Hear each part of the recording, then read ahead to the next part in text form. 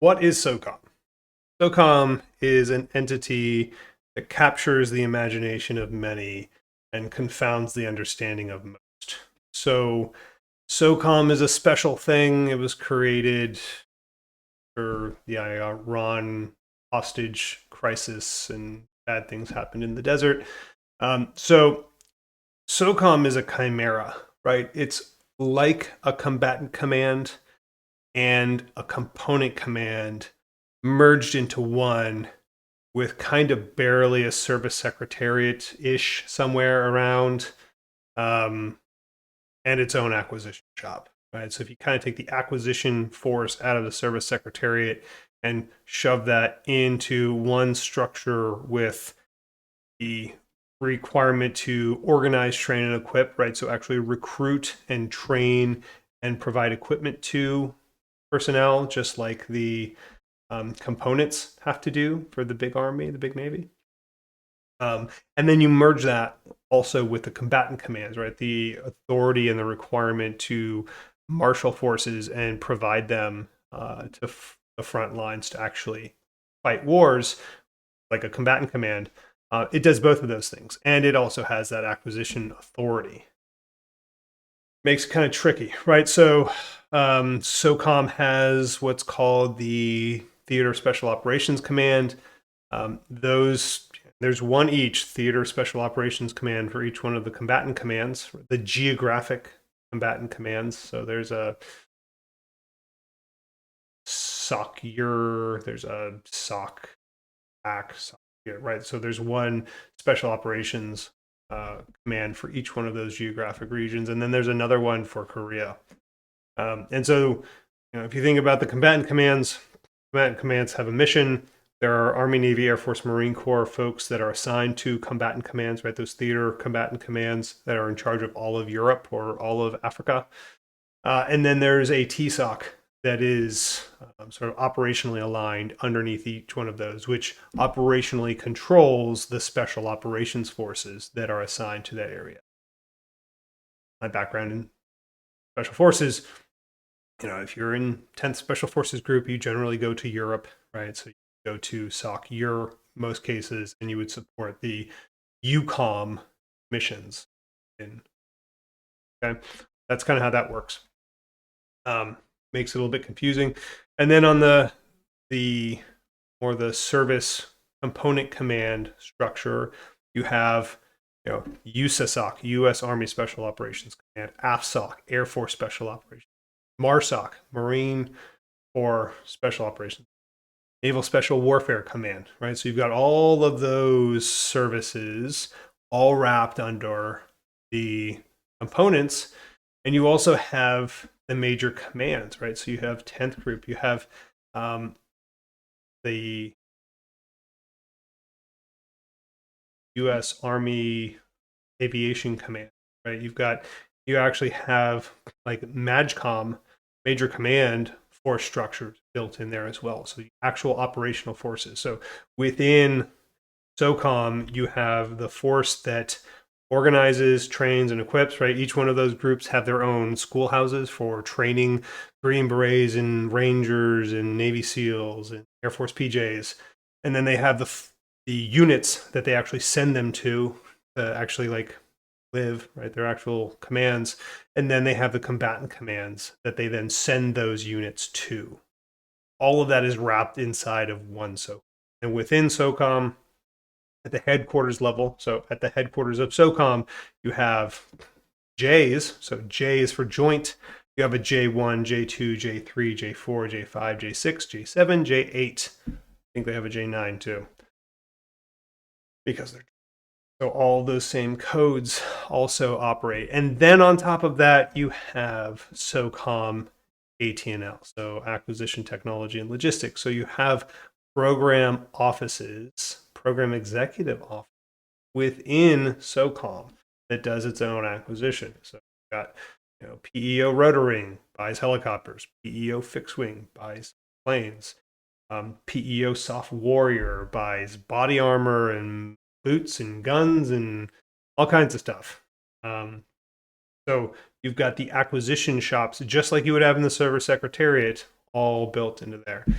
They kind of sort of have this similar service secretariat civilian control, right? There is OSD SOLIC, so the Office of the Secretary of Defense for Special Operations and Low Intensity Conflict, which is located not in Tampa, where SOCOM is. It's actually located in the Pentagon.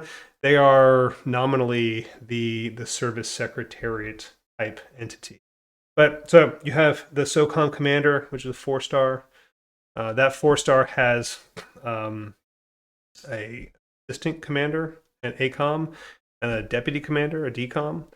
And so one of them kind of focuses on the component commands, so being in charge of the forces, and the other one focuses on the theater special operations command. Split that role. That's kind of how they set it up. An important thing, an absolutely critical thing to know if you're trying to do work with SOCOM, if you're trying to sell your wares to that command, SOCOM has its own money.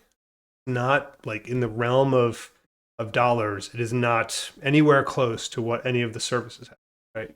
It is a minor piece of the pie.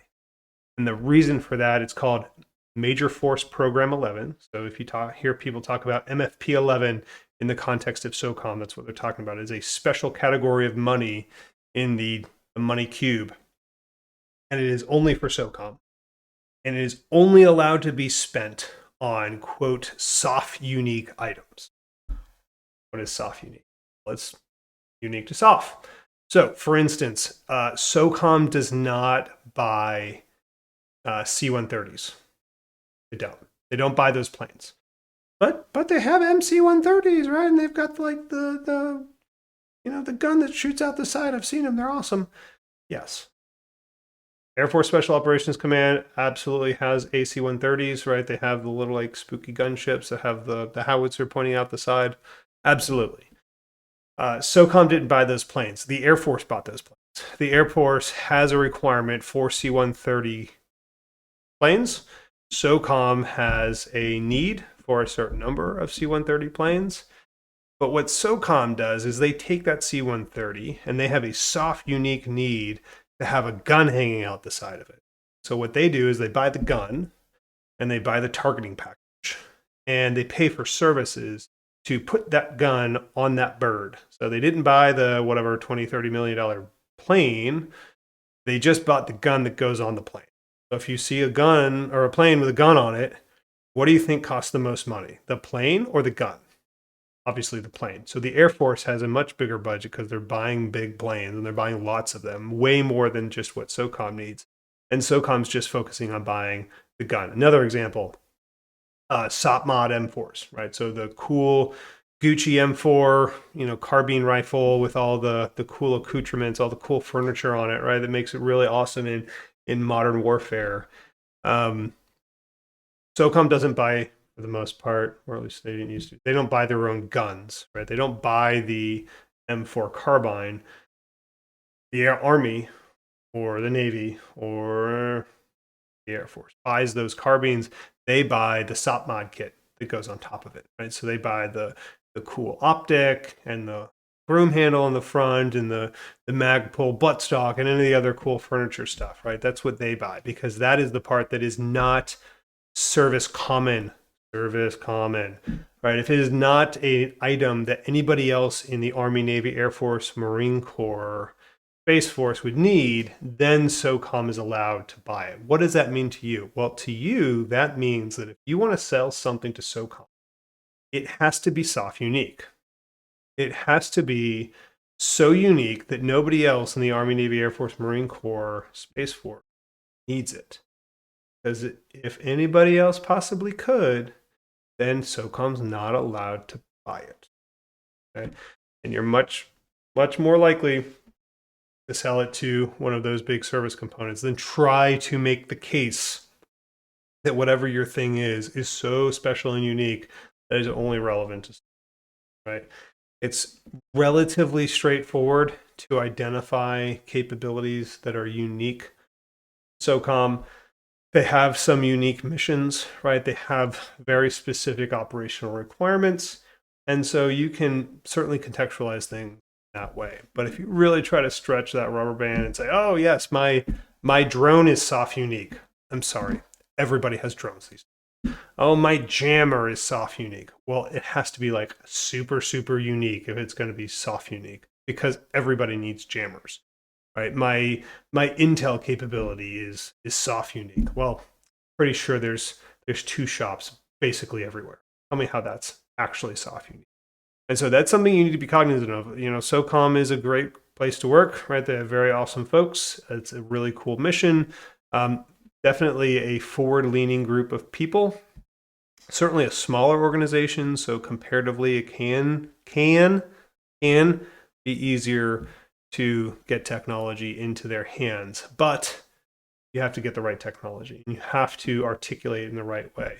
The other thing that I'll caution about SOCOM is they have the Army, Navy, Air Force, Marine Corps all wrapped into one, right? So you have all of these service rivalries of the big services, and they're all smashed into one family, right? So the tribalism amongst those communities within SOCOM is renowned, right? It is almost cliche.